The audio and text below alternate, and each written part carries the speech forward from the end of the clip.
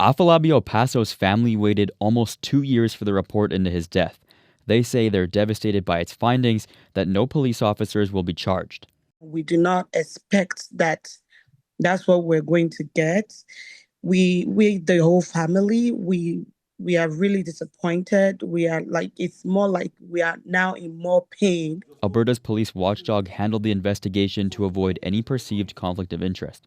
The family's lawyers slammed the report Friday.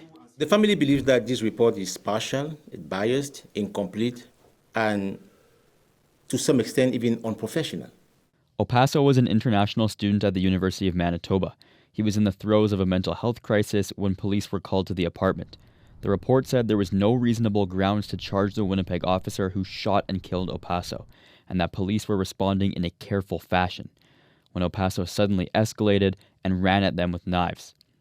Director Matthew Block wrote that the knives presented the officers with a lethal threat, making the deadly use of a firearm proportionate. Mental health is a public health concern, and that clearly we need to do better in this province in answering calls for help for mental health. The lawyers also took issue with ACERT taking the case on January 9th, 2024, but not interviewing a witness officer until later that month. The officer who fired the lethal shots did not speak to investigators or provide his notes.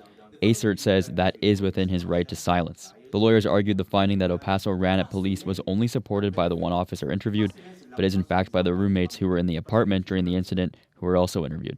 Perhaps the federal level should take over, and that is the ask of the family. CBC News has asked ACERT for a response to the concerns with the report. Gavin Axelrod, CBC News, Winnipeg.